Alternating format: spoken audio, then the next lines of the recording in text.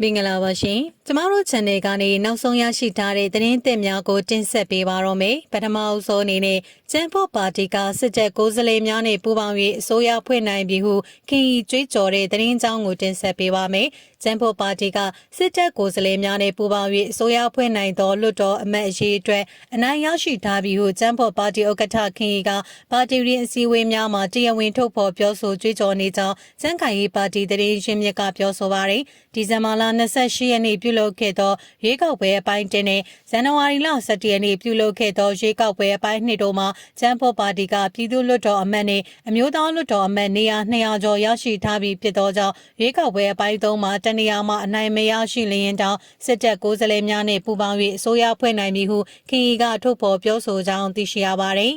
ရွေးကောက်ပွဲအပိုင်း3ကိုဇန်နဝါရီ25ရက်မှာပြုလုပ်ရန်စီစဉ်ထားပြီးမြို့နယ်63ခုမှာရွေးကောက်ပွဲများပြုလုပ်မည်ဖြစ်ပါတယ်စစ်တပ်ကလုံခြုံရေးကြောင့်ရွေးကောက်ပွဲမလုပ်နိုင်သောမြို့နယ်ပေါင်း65မြို့နယ်ရှိပါတယ်စစ်တပ်၏ပြောရေးဆိုခွင့်ရှိသူအကြမ်းဖက်ဇော်မင်းထွန်းကလာမည့်မက်လာတွင်လွှတ်တော်ခေါ်ယူမည်ဖြစ်ပြီးအေဘီလာမှာအစိုးရတည်စတင်တာဝန်ယူမည်ဖြစ်ကြောင်းမီဒီယာများသို့ထုတ်ဖော်ပြောဆိုထားပါတယ်စစ်ပွဲများနှင့်ပြည်ပခများကြောင့်စစ်တပ်ကရွေးကောက်ပွဲကိုအပိုင်း3ပိုင်းခွဲ၍ကျင်းပနေရခြင်းဖြစ်ပြီးစုစုပေါင်းမြို့နယ်330နဲ့ရွေးကောက်ပွဲအပိုင်း1နဲ့အပိုင်း2မြို့နယ်202မြို့နယ်မှာမဲပေးမှုပြုလုပ်ခဲ့ပြီးဖြစ်ပါတယ်စစ်တပ်ပြုလုပ်သောရွေးကောက်ပွဲမှာနိုင်ငံရေးပါတီ58ပါတီမှကိုယ်စားလှယ်လောင်း9000နီးပါးရှင်ပြိုင်နေတော့လေတနိုင်ငံလုံးအတိုင်းအတာဖြင့်ရှင်ပြိုင်သည့်ပါတီမှ6ခုသာရှိပါတယ်